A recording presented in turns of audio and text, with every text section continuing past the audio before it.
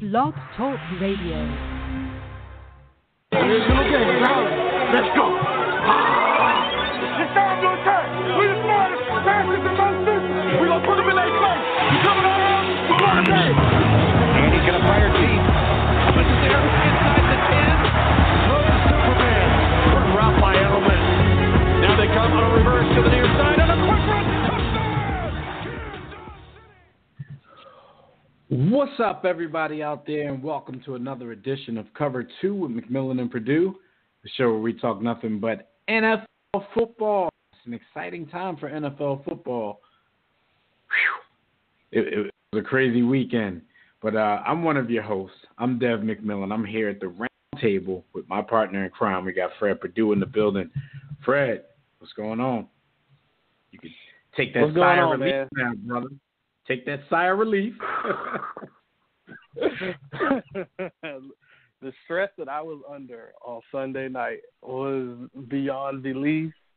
I felt like I was in the game because I felt like I actually had to coach that game because the ups and downs were beyond me. We got a lot to talk about, man. We definitely got a lot to unpack from both of these games. The championship weekend in NFL lived up to the hype, lived up to the billing. The NFC championship went off. I'm not going to say it went off without controversy because it was definitely controversy, and there's still a buzz surrounding that game. So, we'll definitely talk about that, and then we're going to get into the AFC championship game as well. Fred, my brother, like he just said, I know Fred was, on edge the whole time because, that young over there on the offensive side of the ball for the Kansas City Chiefs with the spears in his helmet, he's something else, man. And I have a feeling, it's not a promise in this league, but I have a feeling that he might be back. So let's jump into the NFC championship game. Rams visiting the Saints. The Rams pull out a thriller in overtime. Both of these games went to overtime, by the way. 26-23. They kind of escaped New Orleans with a victory, and they earned their trip to Super Bowl 53 in the process. Thoughts on this game, man? Did it live up to what you expected? Did it go the way that you expected? We know New Orleans got up to the early 13-0 lead. There was 2 field goals and a touchdown. But the Rams, responded before the end of the first half and got back into the game. What were your thoughts on this one? Man, if you asked me in the first 15 minutes of the game, what's going to happen, I would have told you no. It's hard for two teams to really, when you come out and play at one time, it's already hard enough to beat a team once, but then beat them again twice, and you got to beat them now. And then the first time, it was a back and forth early, and it just seemed like the second half kind of picked up from the first game, kind of picked up in the first half of this game. It was just like, 13-0, this isn't what I want. This isn't what we wanted to see. Drew Brees and company looked like they were hitting on all cylinders. The running game, the passing game, and it was without Michael Thomas, who really didn't get going early. And Fred, did this kind of mirror the divisional round from a week ago and what the Saints were able to do against the Eagles when the Eagles jumped out on them? Kind of the mirror image of that game for the Saints. Yeah, very much. Very much. They're a little upset they were on the other end of it this time. But you're right. They did jump out without a lot going on for Michael Thomas. So you kind of think at that point, man, these guys should be in pretty good shape because they haven't even gotten their best offensive weapon. Well, their best offensive weapon on the outside, at least. They haven't even gotten him involved into the game yet. But at the same time, because I was talking with a lot of people who thought, oh, man, this one might be done. I'm like, come on, y'all are kind of dismissing the power and the weaponry that the Rams have on the other side of that ball. So I kind of knew that it wasn't over. I knew that we were in for some kind of a comeback. But this one got really interesting. My question to you, Definitely, because they never, or at least if they did try to address it, they tried to kind of sweep it under the rug like it was nothing. But it can't be nothing when arguably the best player in the NFL, arguably the best non-quarterback offensive player in the NFL, is sitting on the side watching when his team is embroiled in a battle that, basically for the rights to go to the Super Bowl. Did you find it strange as to how much Todd Gurley was sitting out? I saw him stretching a lot, so I kind of thought there was an injury that they weren't closing, but the announcers weren't biting on that, and they were just saying, a sideline reporter talked to the Rams, and, he's just awaiting his play pack. I don't know. They were just saying weird things. What did you think of that situation? Yeah, it was very perplexing. I'm just thinking throughout that game, okay, C.J. Anderson, okay, now let's put some Todd Gurley in this because he's the straw that stirs this drink because you can have the Brandon Cooks and you can have the Josh Reynolds, the Higbees, you can have all those guys, but Todd Gurley makes this thing go, and for the second straight week, he's just been kind of non-existent. I mean, they gave him a couple carries early, but it was like, okay, we just wanted to throw him out there and give you a little bit of a change-up, but there's clearly something going on. Maybe it's that knee again that's kind of bothering him, and you know how running backs are.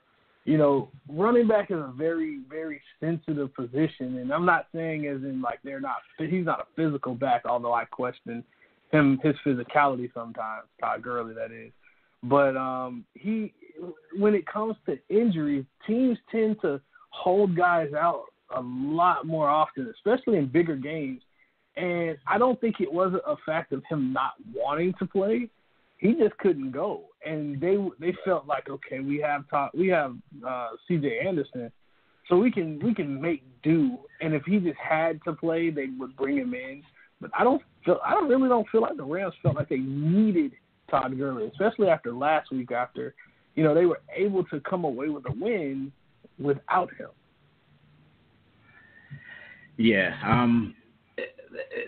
like I said, very strange for me. But the fact that every time they put the camera on him, he seemed to be stretching, jogging in place or something like that. It made me think, like you said, there could be something wrong physically, or it could have been him just trying to stay warm for what his number was called. I find it to be weird as the player who proverbially, like you said, stirs the drink, because of, if that's not the truth, then you haven't watched NFL football this season, last season, or any season. But if that's not the truth, like, we just don't know what to tell you. And it's just very, very odd to see him, sitting on the side while somebody else is in there getting all the reps. I fully understand. What bothered me a lot was the fact that Sheldon Rankins didn't play in this game because he was injured against your Eagles last week, and the Rams didn't attack it. And it just seemed like they were content throwing the football, and they tried to take away the inside run game. But I just, for the life of me, I don't understand teams that they almost give up on the run, and they'll give a semblance of the run game with short passes. But to be a physical football team, you have to be able to run the football. And even when you're only getting 1 or 2 yards here and there, you still got to stick with it, because at some point you're going to pop 1 or 2 of those. And they just never – it seemed like they quit on it early. And I think that's part of a lot of where the offensive woes came from early, because that was – I give a ton of credit to that same defense. They made Jared Goff look like a high school quarterback out there early. I mean, Jared Goff didn't know what to do. And then it was like a flip. It's just like they adjusted. And, the adjustment to the adjustment always happens. And They found a way. Well, I would say that the right before the half, when the Rams actually, got the ball back and scored, I think that saved the game for them. Yeah, definitely. Because I think at the time, what was it, 13-3, and the Saints got the ball back with about 5:20 left, and it was a really quick drive. I think Kamara loses a couple. Griffin picks up 7, and then on third down, Breeze goes to Kamara again, and it's incomplete. So, they punt, and the Rams are actually able to do something that they hadn't been able to do in the whole first half up until this point, get down and get a touchdown, which sent them into the locker room with a 3-point lead. Turning point of the game, in my opinion. Not that everything went the Rams' way after that, but if they don't get that there, I think the second half is just an uphill climb for them, and they're just behind the whole time, just trying to catch up to a front-running Drew Brees, which is something that you really don't want to have to go against. And I think that was big. But like we said in the open, this game didn't end without controversy, and the controversy came with about less than 2 minutes left in regulation, with the Saints holding on to a 3-point lead. So this is how this drive goes. The Saints have the ball, and they're moving. They're in the Rams territory to either take a commanding 10-point lead, or with a field goal. No, was it tied at this time, Fred? Excuse me. Yeah, it was tied. It was at that point All we right. were tied, and at this point it was tied 20-20. Right. Yeah, so they were going down down to actually take a field goal. They were going down to actually take either a 7-point lead, which with that kind of time left is commanding as well, because then you're forcing Jared Goff to drive them down and score a touchdown, and he's only proven that he could do that, maybe once or twice during the game so far. So 2020, about a minute 41 left. The Saints drive. It's kind of weird for me, Fred, because they have a longtime veteran head coach. They have a legend at quarterback, and the drive, it really didn't make sense once they got down there. The Rams saved the timeout because Breeze throws the ball, and it's incomplete to Thomas on first down. I think there we all were expecting the Saints to run. Then the Saints have to take a timeout to avoid a delayed game penalty. So they're helping the Rams there with the clock, because it's like, okay, if you do score, then the Rams have enough time to put something together to go back. So after the timeout to avoid the delayed game penalty, they run it for no game, and then the Rams call a timeout. Then on third down is where the controversy started. They tried to pass again. At this point, I think not as bad as the down, but I think a lot of people were wondering, like, why are you passing again? Why are you not trying to milk this clock as much as you can before getting a field goal? But on a terrible defensive play, the Rams get away on third down with one of the most egregious non-calls of a pass interference that I've ever seen, especially a game as big as this, a moment as big as this. And then that leads to, since it was incomplete, since incomplete was the call, that led to a 31-yard field goal, which was good by Lutz, but it still left the Rams a minute 41. It was a drive killer, a momentum killer. Right. And because we don't know if that call is made, you can continue milking that clock on. And you don't know what happens from there, because everything's out on the table at that point. I mean, I'm not one for probably to blame referees and blame one play because we both know the nuances of a football game and what it takes to actually win one. So most of the time, it's kind of difficult to blame one call, one play, one moment for a game being over. Like even last week, there's a lot of fans out there who are shallow enough to say, "Damn, Alshon Jeffrey lost the Eagles the game." Okay, he drops that ball and it goes incomplete instead of getting intercepted. You don't know if the Eagles move another inch there. You know what I mean? You don't know what happens. They could get sacked. You don't know what's going to happen. This, though, Fred, this stopped the Saints from going to the Super Bowl. Because as dumb as the Saints were in calling on this drive, if you get that pass interference call, this field goal comes with like 3 or 4 seconds left instead of a minute and 41. Because you at that point just milk it and just get your positioning on the field to kick a 30-something yard field goal, and the game's over. The Rams don't even get another shot at it. So, probably one of the worst calls I've ever seen. I mean, when I look at bad calls, the worst call I've ever seen, and I think that it hits a little closer to home for me because it involved one of my teams. And 2002 Miami versus Ohio State, Glenn Sharp goes up to bat the ball down, and they call pass interference after the confetti fall. That's probably the worst call I've ever seen, but this one is right up there with it because it was blatant pass interference. And even when you look up on the Jumbotron, you can see it. And yet we throw flags lay there all day long, every day of the week, but now in the biggest of moments, you don't throw the flag. You don't throw it late. I mean, you can throw that late all day. I mean, everyone in the stadium, you don't have to know football to know that was pass interference. Right. And for me, like, am I mad? As a fan, no, I'm not mad. My team last week just lost to these guys, and they did a whole lot of talking after the game. A couple of them did a whole lot of talking after the game. So, I picked the Rams because I thought they would win, but I also was rooting against the Saints in this particular one because of me being a little salty from last week. As an analyst, they got jobbed. They should be playing in the Super Bowl this week. Like I said, even despite the boneheadedness of that last series of play calls since first down, even with the boneheadedness of the whole situation, they should be playing in the Super Bowl because even on some boneheaded calls, they still got what was a very egregious penalty and a very egregious no call.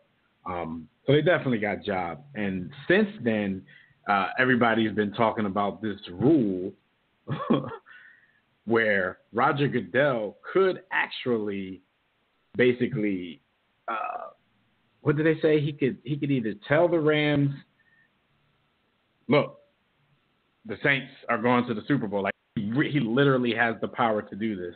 He could change the result of the game, or I think they said he could postpone and have them play the NFC Championship game all over again. I always thought that either scenario, Fred, was very unlikely because you don't want to control things like that. What happened. The fact that you have human referees in this game, in football, and every other sport, that there's always going to be that opportunity for human error. So at this point, we just have to live with it. You know what I'm saying? I think for him to step in unprecedented like that and to actually use this rule, it would be way too much. You'd be doing way too much.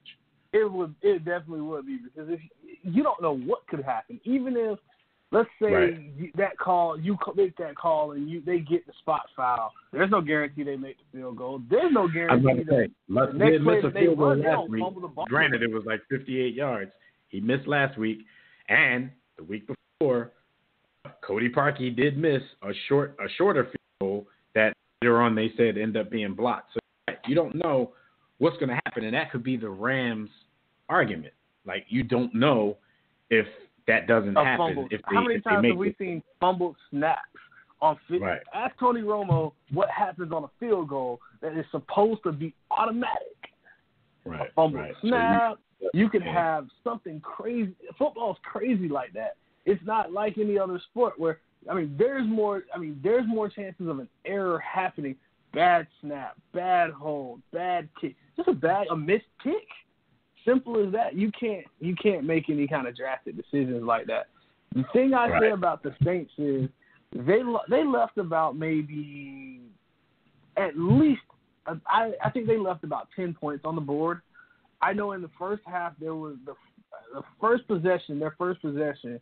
One of their tight ends dropped the football in the back of the end zone on an easy no one was touching him whatsoever. Ball hit him clear in the hands. He dropped it. That's your touchdown right there. You don't even have to worry about being in this scenario. Right. Because he's covered by two guys, but where Drew Brees put that ball, The defenders had no chance at it, and he had every chance at it. If that's Ben Watson, he probably catches it. Let's just say that much. Exactly. So I don't absolve the Saints and give them the complete, this was just one-sided, because I saw so many face masks. I saw so many calls. They let those guys play. For once in life, we always complain they don't let the guys play. Well, they let them play yesterday. Right. And it came down to one egregious call at the wrong time. A couple of hits too. On one play, the Rams ball carrier was down, and somebody just came and jumped on his head. Yeah, I saw that. I saw that. So, yeah. I mean, but I have had this conversation with people, Fred, and I was like, regardless of all of that stuff that this no call was egregious. And we can definitely say it cost them a trip to the Super Bowl. But at the same time, like I said, what we're saying here and what the Rams could make as an argument, even if Roger Goodell, his wildest dreams, considered using this rule, which is 17 Section 2, Article 1, if he even considered it, the Rams could give all the points that we just gave. Like, you don't know if he's going to miss the field goal, botch the snap, we block the field goal. Anything could happen, even though it seemed like a done deal. This is why we play the game. So, hey, they lost on the Minneapolis Miracle last season, and then they lost egregious no call this season. Maybe it's not in the cards for you guys. And there's been a lot of talk of how Drew Brees' status could skyrocket immensely as far as all-time quarterbacks go if he gets one Super Bowl. Don't look like it's going to happen, because personally, for me, as good as they are, I think that window is shutting faster than people are going to think. That's just my opinion. Agreed. I mean, just maybe is it just me, or have you seen a slight decline in his game? I mean, definitely. The arm doesn't look. No, definitely. When you talk about the arm, definitely. And Fred, I saw some passes. I'm sitting there like, okay, this ball was underthrown. He didn't put enough on this one. I mean, it's there mentally. I know it's all below the waist. Quarterbacks play from the waist down. The arm never goes, but maybe his legs are going. I don't know. Something's happening with him. Yeah. And it's because if you really pay attention, they ran the ball more this year, especially down the stretch, than they have, and they like to run the football, but more than they normally do. Like they've done a declining legend justice by getting the running game going and not making him carry the team as he has in previous years, and allowing him to shine when he has to. But I still see them as vulnerable. As much as they were doing to teams in the first half of the season, after that Cowboys game, I just didn't see the same explosiveness from the offense in general. So, I think with your quarterback aging another year, and, everybody's not going to go to 41, 42, 43 like Tom Brady might end up going to. Everybody's not going to be able to do that. See, I kind of see the door shutting his team quicker than a lot of people. All right, so the Rams, as was my preseason pick, will be representing the National Football Conference in Super Bowl 53 in Atlanta. Let's go over to the other side of the coin. Let's talk about the AFC Championship and the game you were 100% invested in. The feelings, everything. And your New England Patriots defied the odds again. Brady and Belichick as a tandem advanced to their 9th Super Bowl, 11th in franchise history. It's ridiculous because every year I use this quote when we do these shows, Fred. The rumors of the Patriots' demise was greatly exaggerated. And here we are again. The NFL Super Bowl Sunday is basically the New England Patriots Invitational, where they will be down there facing those Rams that we just talked about. Another conference championship game that lived up to the billing, went into overtime.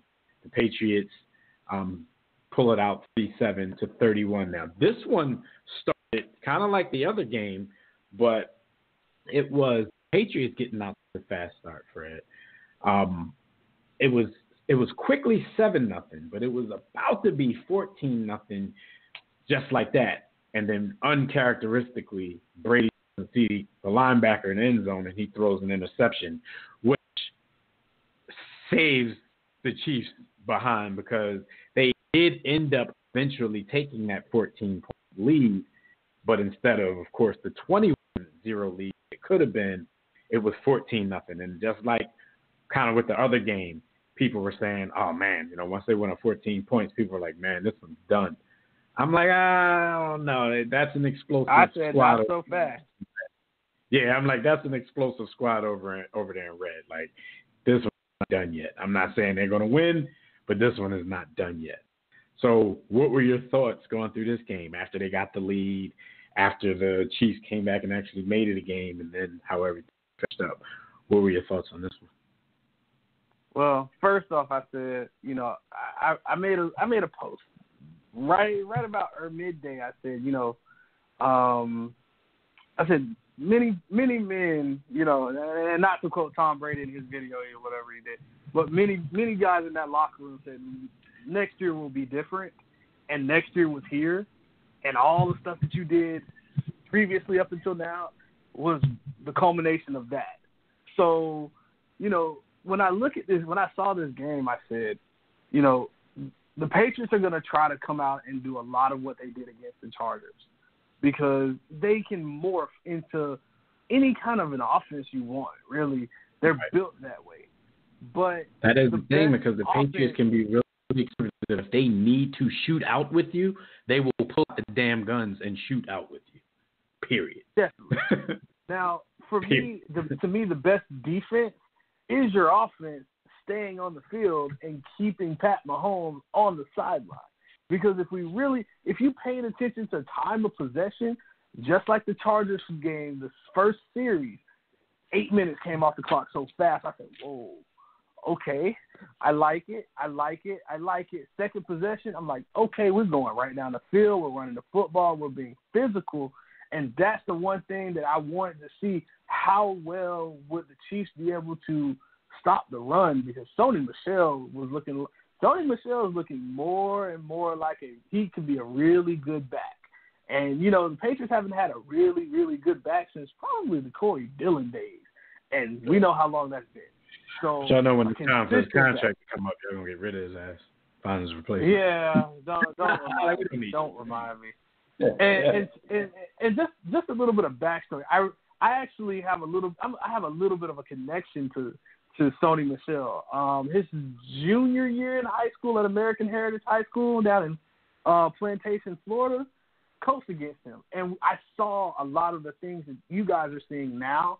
The explosiveness, the vision, saw a lot of that then. And, he was what I love about him is he's such a patient runner, but not only with him, he complements that team so well because if you watch the Patriots offense when he's in the game, they're running the football. It's like the ultimate slap in the face because most teams now, they're going to this multi-purpose back.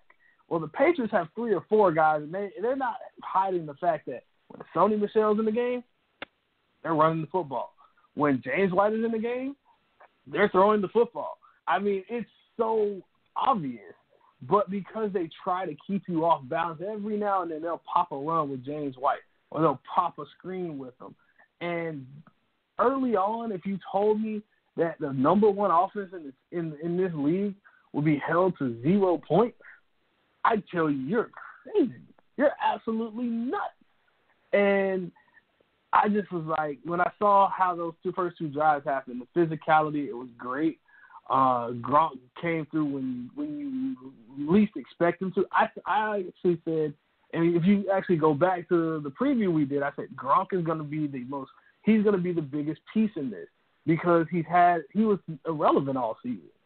He's going to be as I said last about Todd Gurley, he's the straw that stirs the drink. When he's going, it makes so many other guys get open. Edelman's open, Hogan's open, Dorsett's open, because he takes on double teams, even sometimes triple teams. And in the run game, I still say he may have lost it a bit as far as being able to run and get open, but he's still 6'6", 6'7", 250. So he's essentially an extra lineman. And because of that, the run game, he's such a physical run blocker. I mean, you almost think he's the left tackle out there because of how he's just so physical in that run game. And that's just the offensive side. The defensive side, they just came through. The pressure, relentless pressure, helped that back end. Tyreek Hill, where was he on Sunday? Because I don't remember really seeing him much. Right. Yeah, so this one, like you said, the great offense was shut out in the first half. They didn't get their first touchdown until early in the third quarter. Mahomes goes to Kelsey for a 12-yard touchdown. The Chiefs finally get on the board. They finally get a little something going. Then were you like when that happened? Well, when it happened, it wasn't even really an for me. It was like, all right, now we got a game. Like, we're going to see how the Patriots respond, because if you put this touchdown up and go right back to the field and put a touchdown up, it really doesn't mean anything. But the Patriots ended up getting 3, and I don't even think that was on the very next drive. I think it was the drive after that. The fireworks didn't really start in this game until the fourth quarter, because being up 17-7, they get a touchdown. Williams scores, makes it a 3-point game with almost a whole quarter left. They got that really early in the fourth quarter. So then they finally take a lead later in the fourth quarter with the 23-yard touchdown to Williams, 21-17. At that point, that's when you start saying, uh-oh, but you're looking at the clock like, okay, this is Tom Brady time. Like, this is where the shootout starts. If people remember the Super Bowl from last season, it took a while, and then the shootout started in the second half. One of these teams had to hold on to be Super Bowl 52 victors. And just to take a minute to reflect on that one last time, Fred, because it's all crumbling down right now. We're about to have a new champion, maybe an old champion, if you get my drift. I want to say this. I'm so glad that we got to play the Patriots last season instead of this season. People may think, and it probably is true, that the Patriots are probably a better team last season. But the fact that we were able to catch them, we're able to surprise them and win, I'd rather have played them then. I'd rather be the Eagles from last year than the Rams from right now, who have to face a team who's been waiting to get back to this moment to prove something. That's not the team that I want to see. I want to be just who we were last year, the team who faced them when they were already flying high. They were used to winning. They had just won again. Yeah, let's get those guys. Let's get those guys. Let's not get the guys who took an unexpected L last year and have been chomping at the bit since training camp to get back to that moment. Rams, I feel sorry for your mother. But so yeah, the fireworks start in the fourth quarter. The Rams finally take a lead. Of course, the Patriots come back, take the lead, 24-21. There's some things that I hear fans talk about the roughing the passer call Tom Brady, which extended the drive that they ended up scoring a touchdown on. I did think that call was suspect, but people want to complain like there was a ton of them. And I actually think, and you'd never hear this from me about NFL referees, Fred, I actually think this game was called kind of masterfully. You may not, because your team was in it. Fans seem to see more when their team is in it. But I kind of think as far as NFL refereeing goes, you can't really expect better than this. So I'm not even going to put this game in the hands of any calls. I thought they did a great job. To be honest, I didn't see any bad calls. I think maybe the only call I was really like, that wasn't a legit call. J.C. Jackson was the corner was up against Sammy Watkins when Sammy Watkins caught that deep ball in the end zone, just into the end zone. I don't think that was really pass interference, but right. All of the outside of that, and if that's my only gripe because it put them on the one. If that's my only gripe, I can't really be too upset because, that hands to the face. I think that was more hands to the face than it was a pass interference. than roughing the quarterback. And I mean, the best call in the game was. And by the way, I love Tom Brady's my guy, but Dee Ford is the best player in the league. I'm just putting it out there. He's the best player in the league. At least for just this about week. to get there. He's the best player in the league. If you want to knock all of this action down to one play that may have decided the game, or one call, the call was 100% totally legitimate, because Dee Ford was lined up. He was basically a backwards offensive lineman on that play, and I don't know what the hell he was thinking. Andy Reid is still complaining now, saying like he's wondering why the referee didn't warn him. And though I read afterwards that it is in the rules that they can, I don't really think that's their job, because even receivers check with the refs. The refs just don't say to them, look, man, your foot is too far. They check with the refs. You see receivers turn around and point at the ref every time to make sure, rather than the ref going out of his way to help you out when you've been lining up for 20 years and you should know how to do it. So I don't think Andy Reid has much of a complaint in the way of why didn't they warn him? Why didn't his ass notice that it was you didn't even have to check with the ref. Look at the man next to you. That's what I'm about to say. You're a half a yard in front of the man next to you. He said he couldn't see the ball. Well, see the man next to you. You don't realize that you have a different vantage point down the line of scrimmage. You realize that what you're seeing is not even to where you are. Like, there's no excuse for that. And I think on a play, which could have been the biggest moment of the game for the Chiefs, he blew it. So if there's going to be, a GOAT of the negative variety in this game for Chiefs fans, is going to be Dee Ford. Yeah. I'm pretty sure that all Patriots fans love him right now. And with all of that being said, I said, if the Patriots are going down, if that drive is extended, okay, they get down to the red zone. You could tell those guys in that 31st ranked defense didn't want to tackle anymore. And you knew, okay, don't throw another interception, Tom Brady. Please don't throw another interception. That's all I'm begging for. Patriots score, and I'm sitting there and I'm talking to my wife and I'm saying, please don't score so fast. Please don't score too fast. There is only one quarterback I'm afraid of. I never thought I'd ever get to this point where I said I was afraid of another team's quarterback. Typically 42 seconds and a few timeouts. That's prime opportunity for my guy. But right. Maybe Peyton Manning. Well, I don't have to deal with Peyton Manning anymore. He's gone. He's long gone. And now this Pat Mahomes guy, he can just – I can't – as much as I want to say he's going to be the guy that I'm going to watch probably when Tom Brady calls it quits. I don't ever really watch other teams a lot throughout the year, but he's probably going to be that guy that – I probably watch more than anybody else, because what he does with the football, I mean, Adrian Claiborne had him dead to rights. All you have to do is tackle the young man, and game over. And it was just like he slips out of the tackle and he launches it. He simply launches it. And I'm saying, can I say this and you just bleep it out? Can I say it? Go, just say what you guys say. Yeah. I said, "Oh shit." Okay.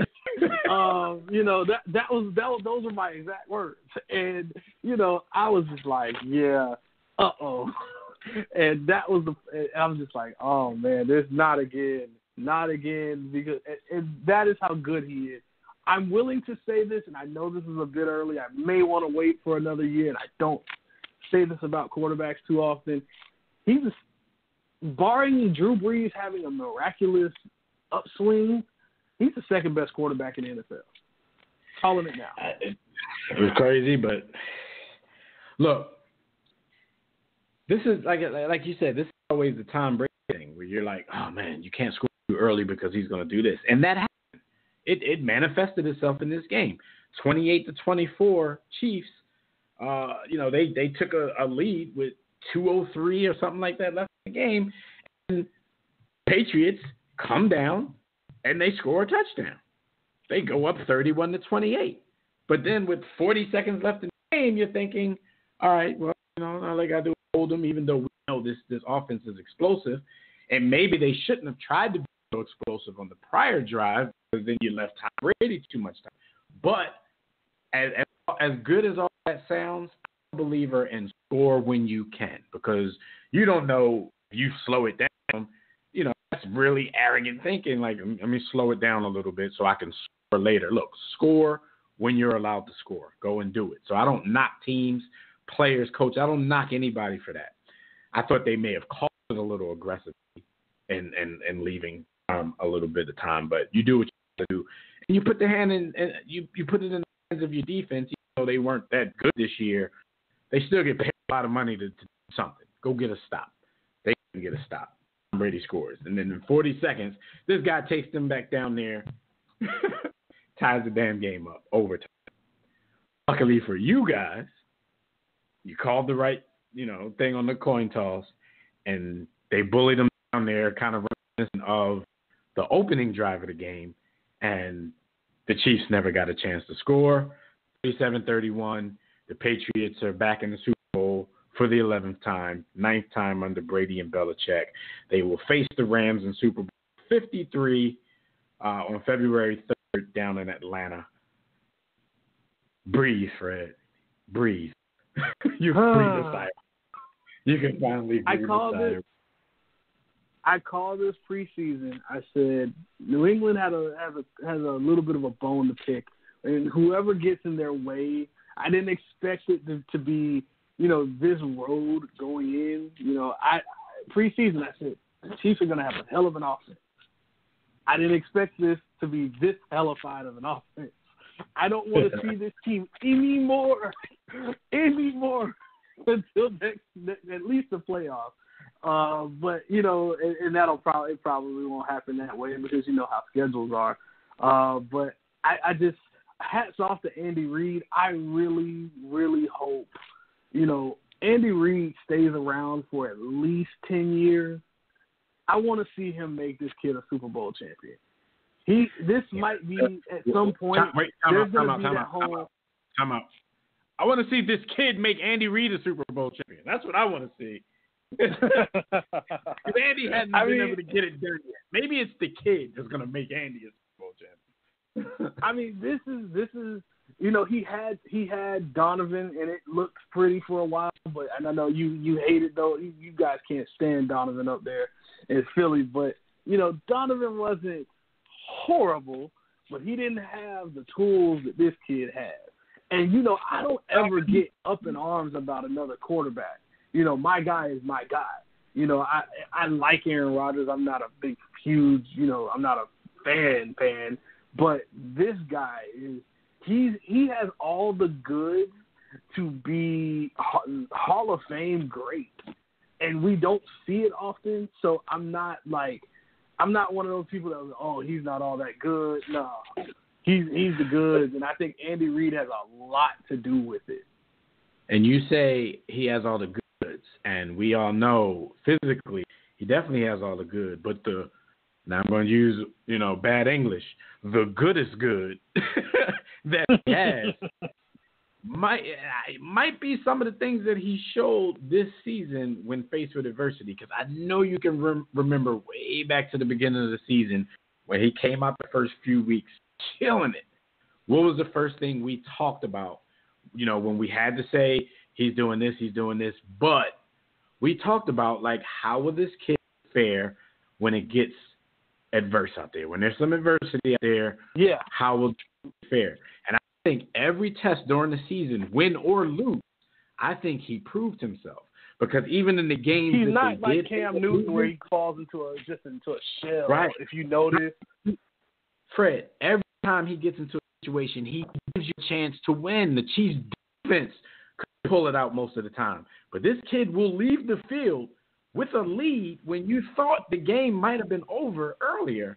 He will battle back. He will get into shootouts with some of the greatest quarterbacks the league has to offer. A couple of the greatest quarterbacks that, ever played the game this season.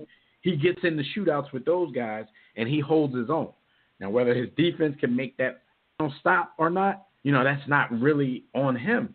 So this kid, he's proven it so far, and if he can keep that up, I think it's a done deal. And we know how possibly hard it is, no matter how easy the Patriots make it look, to get back to these situations, man. Marino made it early, and we knew, this Marino kid, he's going to be back several times, never sniffed it. But this kid, they have a window right now because he hasn't gotten paid yet. And, to encompass all of this, by the way, we do have breaking news from the Chiefs. And as far as if we're talking complimentary football, Bob Sutton, their defensive coordinator, or I personally call him the offensive because there was no defense there. So he's been fired. But there's and I really hope this doesn't happen. But their little birdie let me know that Rex Ryan has a lot of interest in coming on to the Chiefs. Oh, I don't want and see, oh gosh, that would be Andy scary. Reid and Rex That Ryan? would be scary. Oh gosh, that would be scary because those two guys would never see each other during a day because they're going to stick to their sides of the football. And I got to see Rex Ryan not once but twice in my division. And for all the butt fumble jokes, those Jets teams were pretty good. They didn't have it offensively, but they gave it to you every week defensively. And to give those two guys, him to work with Andy Reid, oh gosh. Exactly. I don't need those things happening. So Rex Ryan, do the John Gruden, stay at ESPN for about maybe 5 more years, please. All right, so there you have it, everybody. Super Bowl 53 is set. Fred and I will be at you guys a couple of times prior to the big game. So make sure you keep it tuned in here, keep it locked in here to Cover 2 with McMillan and Purdue. If you want to listen to archive episodes, be our guest, warroomsports.com, or you can go directly to the War Room Sports YouTube page. Look at those two in the coming weeks as we give you Super Bowl coverage as well. We will also give you Super Bowl coverage on the War Room podcast. You can catch that at the same places, warroomsports.com, the War Room Sports YouTube page. Tune in, Breaker, Stitcher, wherever you listen to podcasts, you'll probably be able to catch our flagship show, The War Room.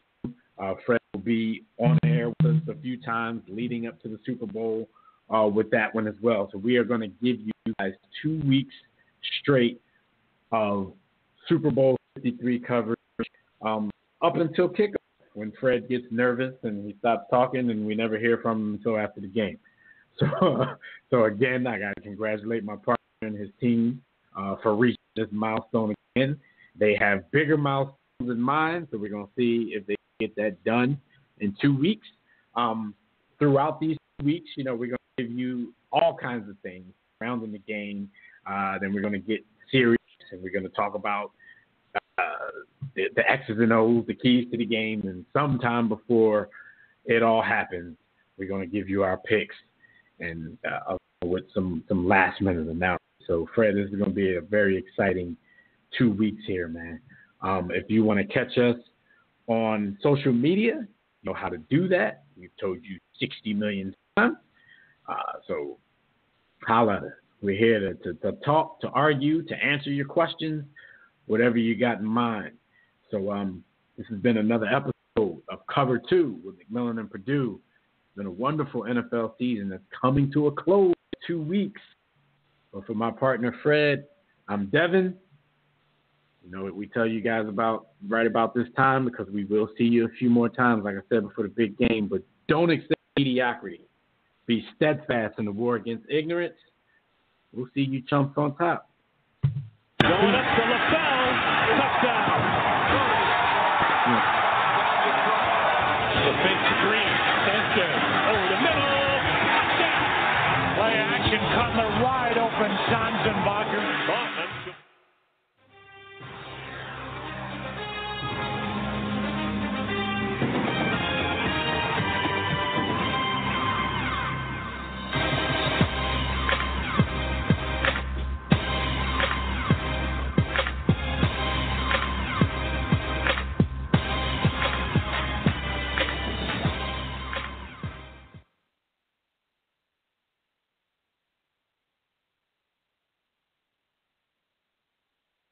War Room Sports, www.warroomsports.com.